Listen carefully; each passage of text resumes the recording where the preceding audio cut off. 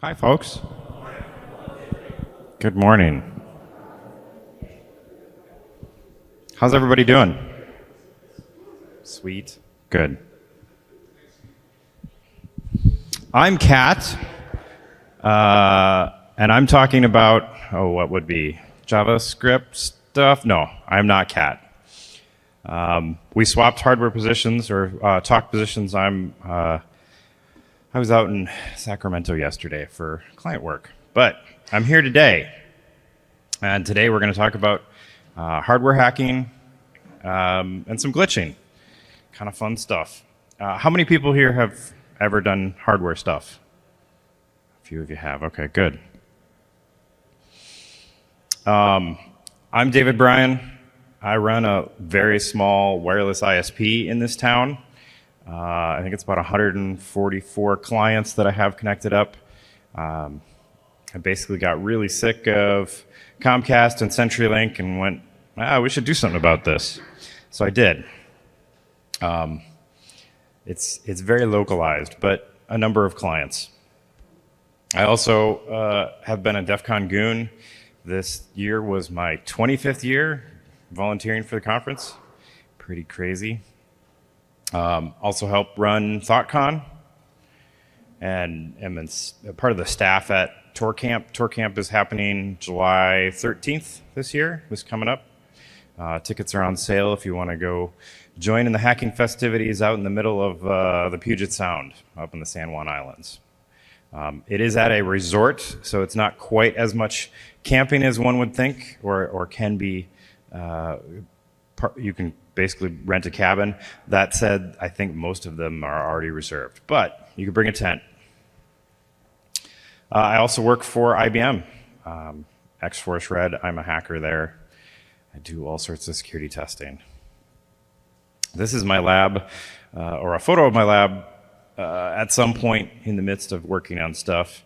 I think it's really important to have all your tools on hand, have the appropriate tools. You know, things like a power supply, a DC power supply can get you a long way. The oscilloscope is nice to have, but to be honest, I've found my logic analyzers are much more useful, right? And we'll talk about what all that stuff is. But having a place to put all your tools, really important so that you can go, oh, I need this tool, I need this tool. One of the things that I don't think people realize, so you go back to the days of hacking on the Commodore 64, right, or Amiga 500. When you go to reflow the solder on those pads were huge. Like, you could use a 25-watt iron and not lift a pad, and you'd be fine, right? Now the pads today on all PCBs, printed circuit boards, are surface mount, right? So surface mount means it's just barely on the surface, connects to a trace that goes to someplace else on the board, maybe goes into someplace else via a via is what it's called. And what you have to know is that putting too much heat on these contacts will actually lift the contact off the board. Now you got to go find that trace somewhere else, scrape off some of the board, solder onto that, and re-put a trace back on, right? So a temperature-controlled soldering iron is utterly important so that you don't destroy a board, so you don't lift a trace, so you don't. Chips are typically pretty good about being heat resistant, right? They're meant to go into an oven. They're meant to be reflowed. Typically, the way you do a surface mount reflow is you put some solder paste or ball paste underneath the contact. You take the little component, stick it on the board. Via the capillary action, when the solder heats up, it actually kind of puts the part into the right place, and then it fixes it to the board. And you have to follow a good temperature curve in order to not destroy a board, because you need the whole board and all the components to come up to temperature, and then they need to gradually cool. If you cool them too quickly, you'll get thermal cracks, either in the solder or in the components. This is a really great multi-voltage bench power supply. I think it will go up to, I think it's 59 volts, because that's the input, right? There's a little PC type power supply on the back side, supplies voltage to this. I've found that having this makes it so you can do a lot of different testing. You can put different voltages on things. When you're working with integrated components, there's 3 primary voltages, and I'll get into that, I think, in a little bit, but this allows you to set those voltages. You can also set an amperage limit, right? So if for some reason you've dropped it on the wrong trace and all of a sudden your amps go up to like 5 amps to the point where you could be blowing out a component, you can actually limit the amperage on this to 1 amp. And if it sees a draw over that, it'll just shut off the power supply. So I talked about tools, right? We've got some pliers, some wire snippers. I think the really fine wire cutters, also known as dikes, are very important. If you get a really big wire cutter, you're going to destroy the board, you're going to destroy the lead, whereas the fine cutters can actually get down to the board and not destroy the board.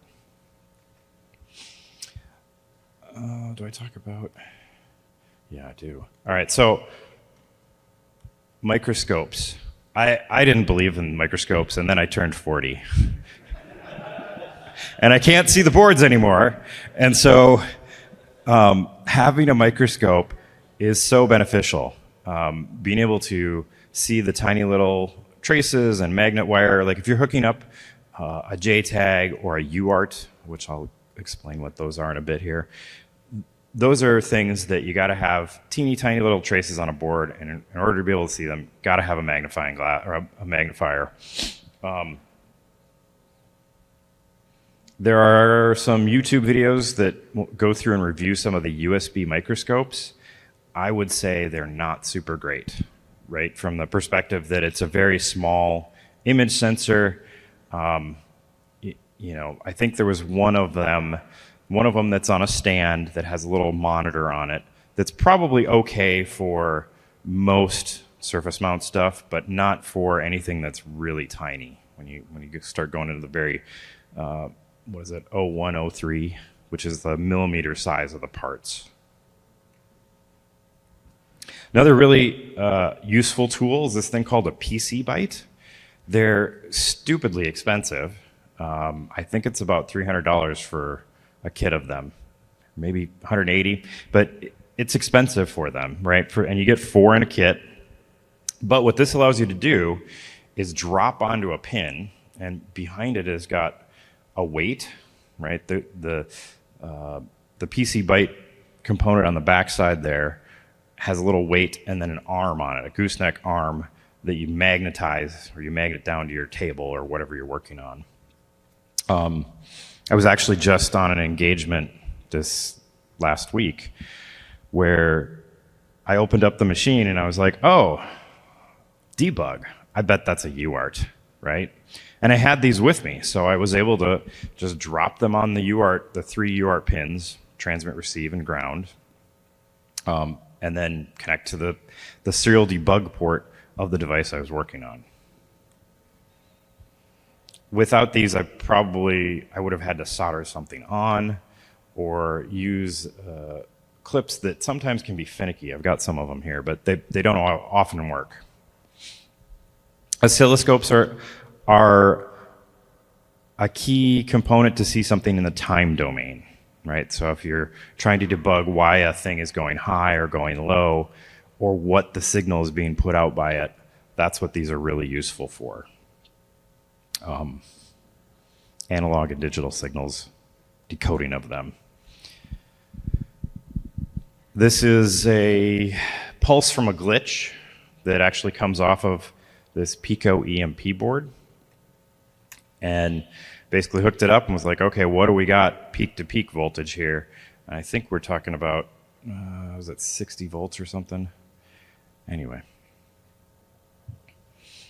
Remember when I talked about power supplies, got to have specific voltages.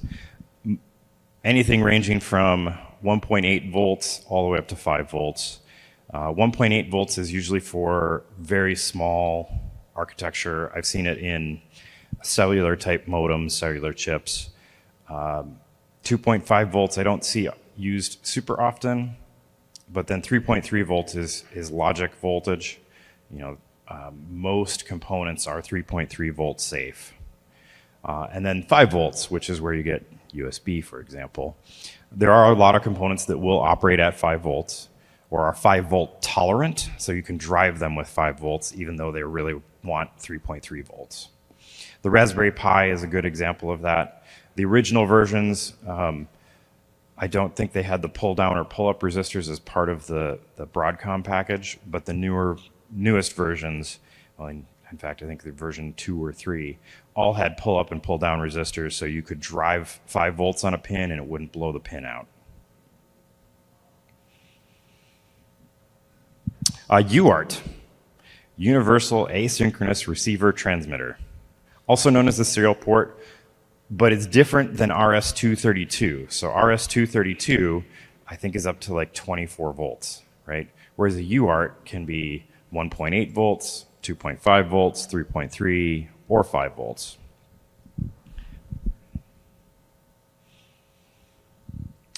Logic analyzers are super important in a lot of the work that you do, because what you're going to do is you're going to see a board, it's going to have some pins on it.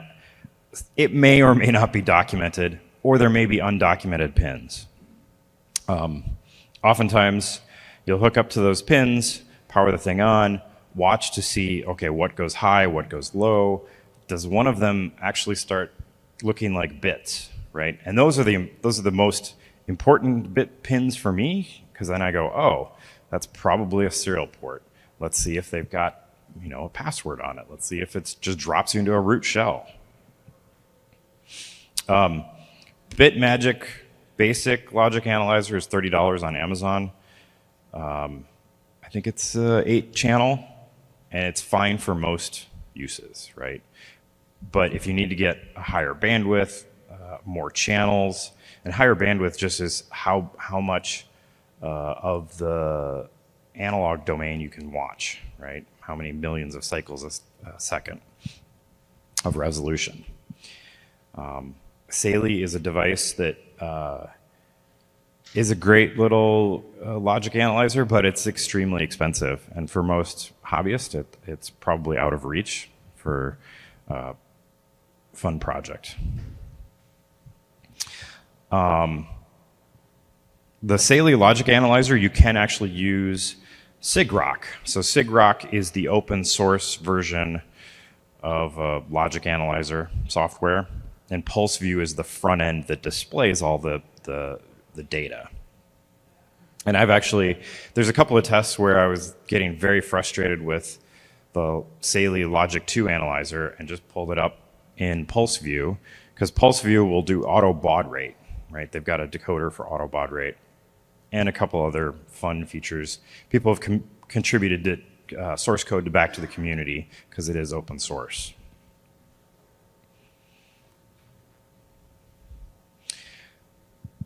Here's an example of a logic analyzer. We've got a bunch of little up-downs, right, that are essentially bits being transmitted over the wire. And on the right-hand side, you can see we've got what looks to be a kernel boot message, right? And I think this message actually came from the wireless device that I'm going to talk about in a little bit here. So OCD is on-chip debugger. Lots of components, lots of devices will have this type of debugging, because in the factory, as you're putting these devices together, if one fails, you don't want to toss the whole device. You want to be able to go, oh, well, maybe we need to reflash it, right? So you got to have some on-chip debuggers on them. PIC is a microcontroller from quite a long time ago. It's still prevalent in a lot of things, but they also have an in-chip debugger, in-circuit debugger. And then there's JTAG. So JTAG is Joint Test Action Group. JTAG is primarily what everybody has migrated to, and it's pretty much a standard. So you'll have a JTAG bus, and then each of the chips that are somewhat smarter microcontrollers will have an address on that bus, and you can then interrogate each of the chips. And sometimes you may have to like bring a pin high or bring a pin low. I've also seen it where the electrical engineers get really nasty and you have to have some sort of logic ladder in order to get the JTAG to activate, right? So it really depends on the sophistication. You know, if the device is a home component, probably not going to have it. If it's something that is going out on a military type engagement, it's probably going to have some of that protection, hopefully built in. Or they're just going to pot the whole thing. So that's essentially where you dump epoxy on the whole board, and it becomes very difficult to get access to anything on the board. JTAGulator is a project by Joe Grand. Sometimes you don't always know. Actually, that many times they do not label what is what on the JTAG port or the pins that you might find on a board. JTAGulator is a little board that allows you to connect all your stuff up to the pins on the header, and then it goes through and tries to figure out, okay, is one of these the clock, is one of these the input, the output, and hopefully gives you useful information about the system you're trying to attack. I think, remember I said it's for in-circuit debugging or chip debugging. I think really the important aspect, it's very, very slow, but you can pause and then you can dump. So if you've got memory that you want to get access to, maybe it's because it's running the actual firmware, right? You can potentially dump off of the chips using the JTAG. You can also reprogram the chips, right? That's the idea, is if it's in a factory and it somehow gets screwed up or you have to replace a chip, you need to be able to program it before it goes out the door. But again, it's very, very slow. Hours. These are some examples of boards that will do UARTs. The board on the bottom there, I've actually found pretty nice because it's got jumpers. Like you can just set the jumpers for whatever target voltage you're going after. You always want to use your multimeter and connect up to the pins and figure out if it's 1.8, 3.3 volts, etc. And then TiGuard is, or T-Guard, is a board that has both the logic analyzer and a serial UART and all that stuff built into it. I've used that a couple times. It works pretty well. I think in order to get some of the SIGROC stuff, you have to hook up an external board, and it's that in order to get it. But it works. Bus Pirate is another one.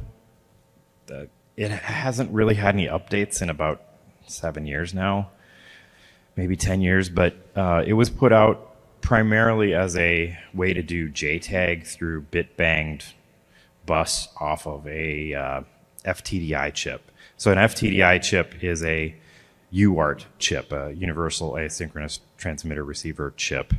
But they wrote some firmware that would allow you to do some custom low-level JTAG stuff.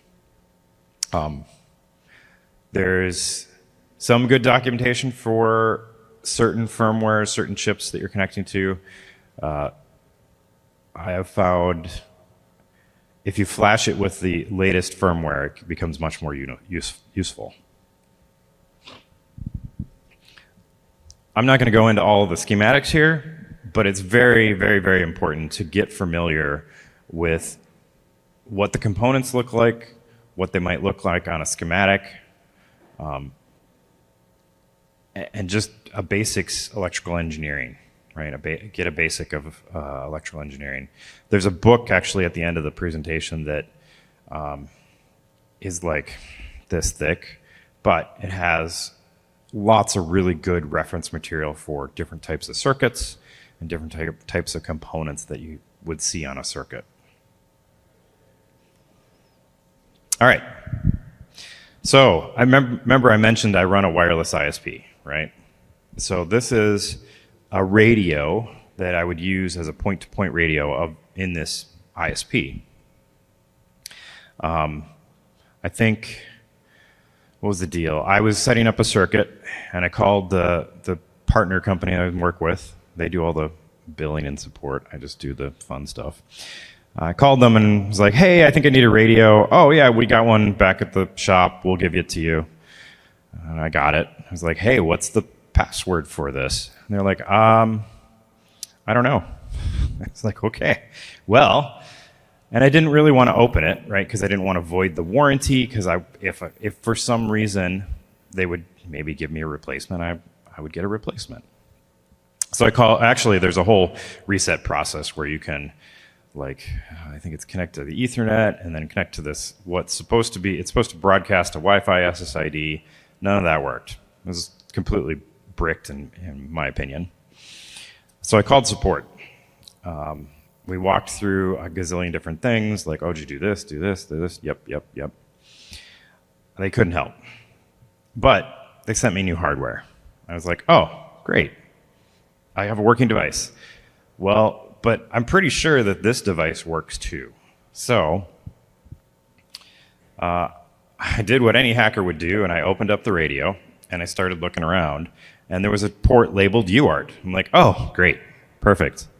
Threw the PC bytes on it, and essentially got a serial console, right? And the serial console had no password on it, was then able to go through, find the config file with the password for the device, or at least the password for the wireless, and then I knew the password for the actual device itself. Got in, got the radio working, and now I have a spare. So, all right, so glitching. Hopefully the demo here works. I had a little problem, but anyway.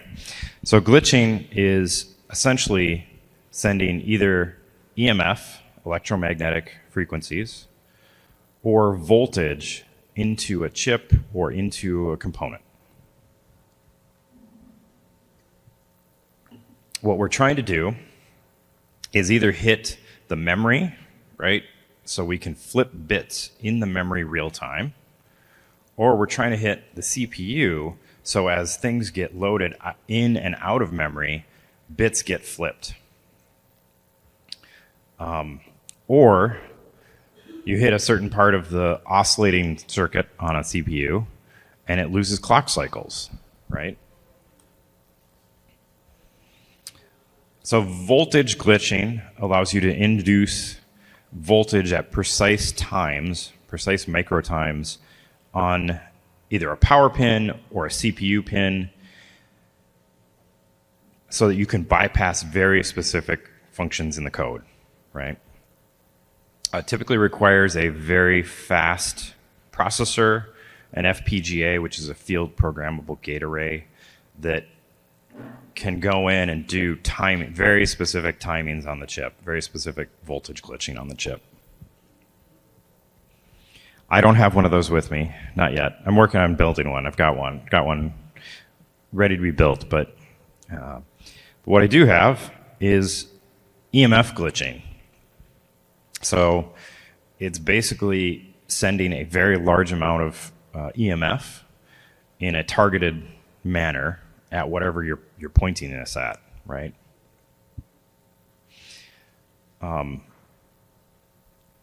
There's a couple different versions of the EMF tool, the electromagnetic frequency. What we have here is the Pico EMP. I think it was $60 to get the board, which is not bad, considering the chip shouter, which is their professional version of an EMF tool, is like $3,000. But you know, Colin, who's the sort of the brains behind most of this, Colin O'Flynn. He's used the Pico EMP to essentially fake out, well, I think it was the Prius ECU, car computer, and get it to go into the runaway state where the throttle was wide open, right?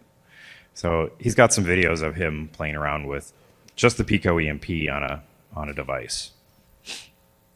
And then the device in the middle there is the RDA7, which is the FPGA that would allow you to do the voltage injection, voltage glitching. Yeah, talked about all this crap. Oh yeah, so this circuit is based off of a camera circuit, right? And so the camera circuit essentially dumps a whole bunch of energy into a flash bulb in order for it to produce photons. So in this case, instead of producing photons, we're producing EMF, and the EMF is going into the chip and screwing up the clock or whatever it might be, right? As I said, that oscilloscope trace that I had produced about 60 volts peak to peak. This device can be set up with an external trigger. It's got one pin and some C code that you load on it, and basically you watch for a pin to go high or a pin to go low, and then it'll trigger the glitch at that time, right? So maybe if you wanted to break out of some sort of a boot loop, right, you might look for the thing to boot up and then hit in a specific place with the EMP.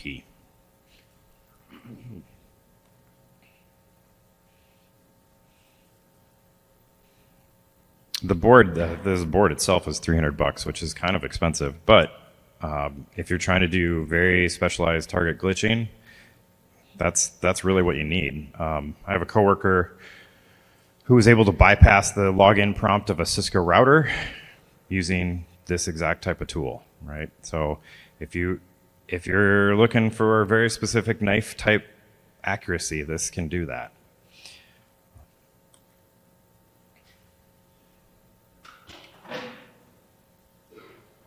Again, this is a very flexible tool, right? It's a little bit more robust than the Pico EMP, but it's a lot more expensive.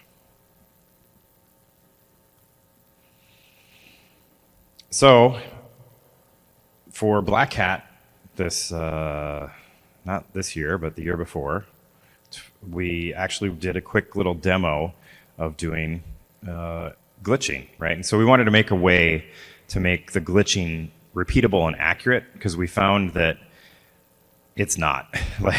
like you have to really get honed in on the actual area of the board, and then it has to be pretty close to where it was before in order to actually get the glitch to work. And so we created a CNC platform to be able to reproduce glitches accurately and repeatably. And the idea was we might actually be able to have a Python program iterate over a board. So you tell it the constructs of your board, and you have it go through, and it sort of detects whether or not the board has crashed. And if it has, oh, okay, great. We've detected a spot that we can maybe leverage to either break out of the program, break out of the board.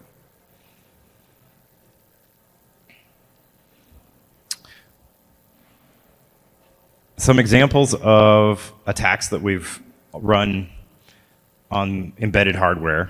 This is sort of getting outside the realm of the Pico EMP and glitching.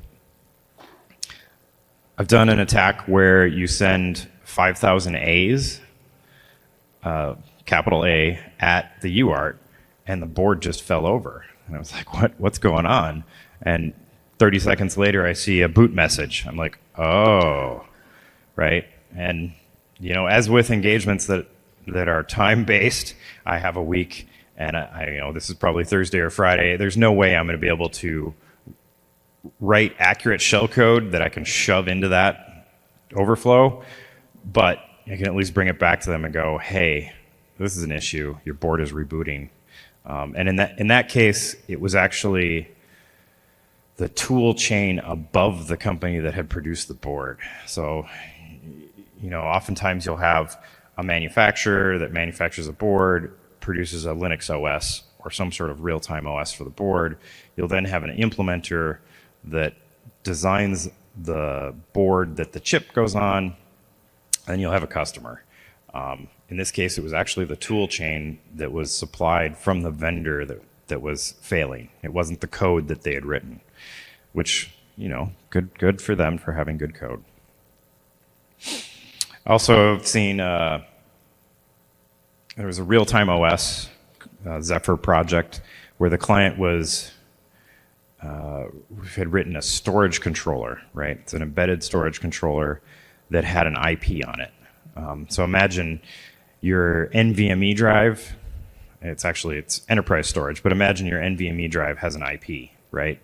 The idea there is you could auto provision storage onto this storage controller, and it used a whole nother protocol that's not just NVMe. But so they wrote a multicast DNS responder, MDNS responder, and with I think it was BooFuzz, I was able to fuzz about 8 or 9 different ways to crash the entire CPU, right?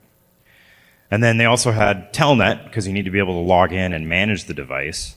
And I found a number of different ways to also crash the device with Telnet. All right, we're going to try this. I'm going to switch here. Actually, you know what? I'm going to show you the code before I tell you to try this, because I want to explain what we're doing here.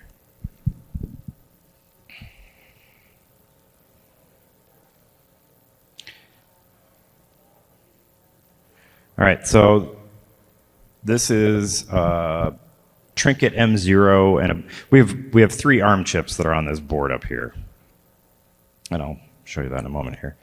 But we've basically got 2 different loops that we're running.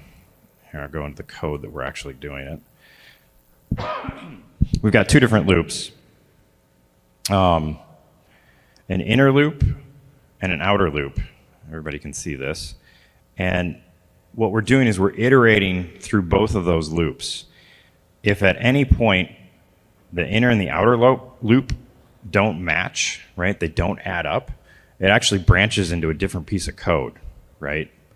We should never go there, right? We don't have an entry point into this. There's no way to get into this except if you have clock cycles that are lost in the computation, right?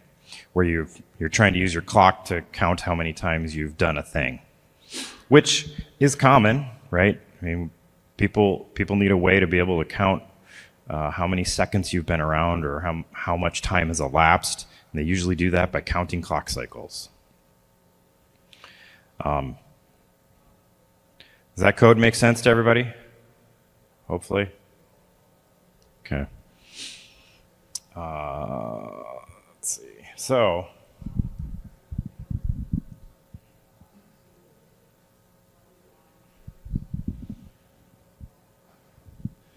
these are the boards that we have set up here. I know it's soft focus, but 3 different boards.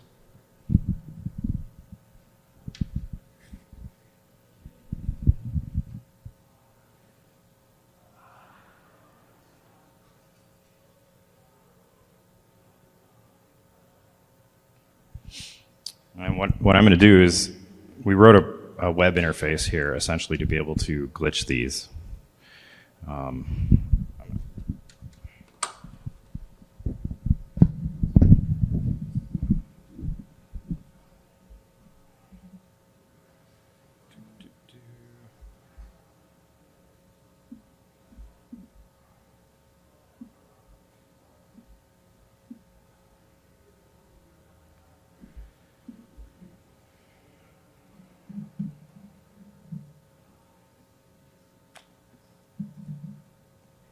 All right, here we go. Let's see if this works.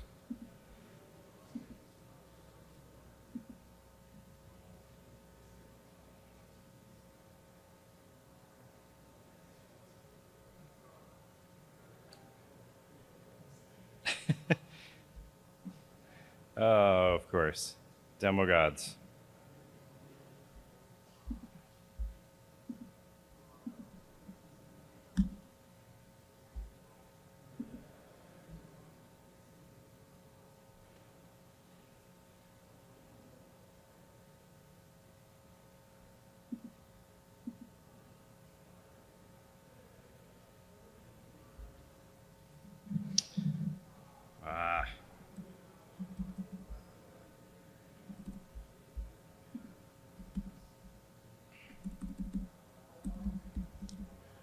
We'll try a restart. If it doesn't work, then I'm done.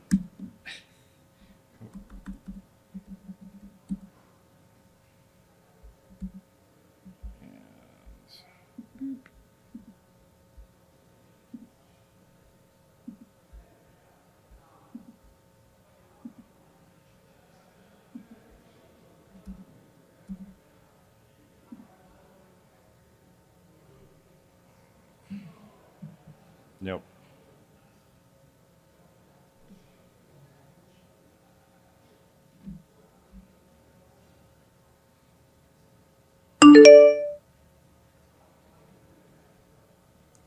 All right, I'll have to do that later.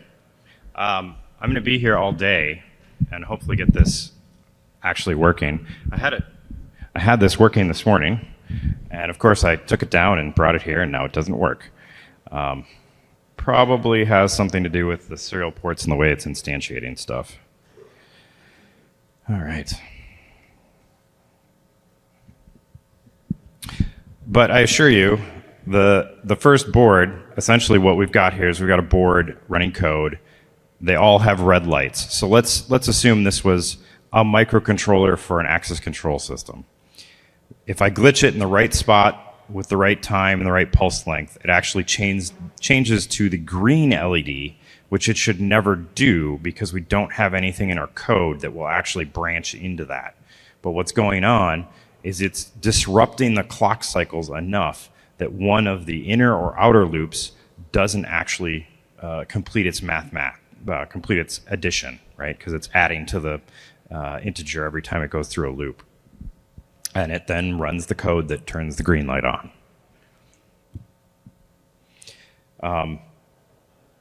Really, the way to do this, or to prevent this, is with glitch-resistant code, right? So if you are taking and comparing a variable to an integer, or maybe even a byte, there's a good chance we'll be able to overwrite that, right? Whereas if you go through and you have hashed values and you're comparing a value that you return to a hashed value, or you're hashing the value and then comparing that, it's going to be a lot harder to overwrite that much memory with a simple EMP attack. You might be able to do it with some voltage glitching, but again, if your logic is aware of the fact that bits might be flipped or that clock cycles might be lost, you're going to have much better embedded hardware code. We've got the target code, the target glitch code for these little ARM controllers. We've published them to GitHub. We figured give it to the community. Colin O'Flynn also had some target boards that you could use with his stuff. We basically took some of his code, made it so you could pull it up in an Arduino and then write and send it, the Arduino editor, write and send it to a board, an ARM board or a whatever board you want. All right. The Art of Electronics, that's the board I was thinking of, the book I was thinking of. Yeah.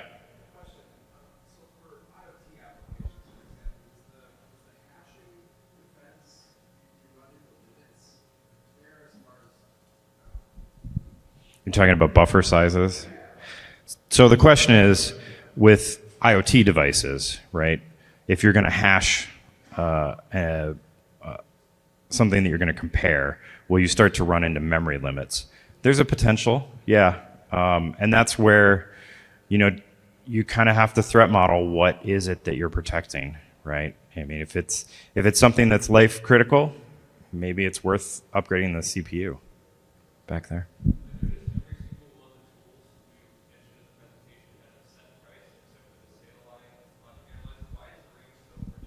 Oh yeah, so the Saley tool has different levels. So there's an 8-channel and a 16-channel, and I think maybe a 24. But the $349, I think, was the price I paid before they realized they had a tool that was really good. And then they're like, oh, we're going to charge $499. And I'm like, oh, you jerks. I've been told if you're a student or if you're a home person, you can send them an email. If you're a personal project, you can send them an email and they'll give you a deal on a Saley. So that's maybe something you could look into as well. But again, $30 logic analyzers off of Amazon do work. They're going to be much lower bandwidth. They're going to be 8 channels if you're lucky. But if you're just trying to find a serial port, it's not that bad.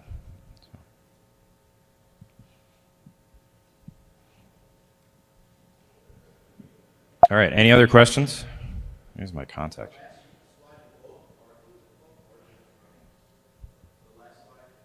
Yes. Yeah, The Art of Electronics. It's a giant book about 2-3 inches thick, but it has really good diagrams and schematics on all sorts of circuits, power circuits, RF, everything.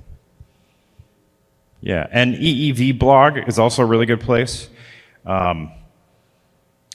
The oscilloscope that I have on my bench, you can software mod that. So you buy it at the lower price and then you mod it. Of course, I haven't done that. But there's a forum on EEV blog that has lots of really good resources on modifying things. All right, what time we got here? All right, any other questions?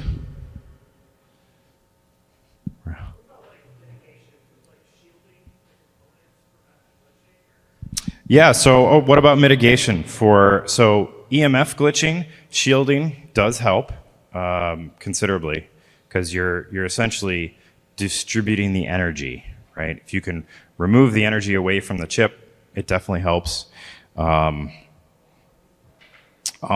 mean, the tests I've done, so like for example on a Raspberry Pi, there's a memory chip. I think this was on the 3 on the back side of it.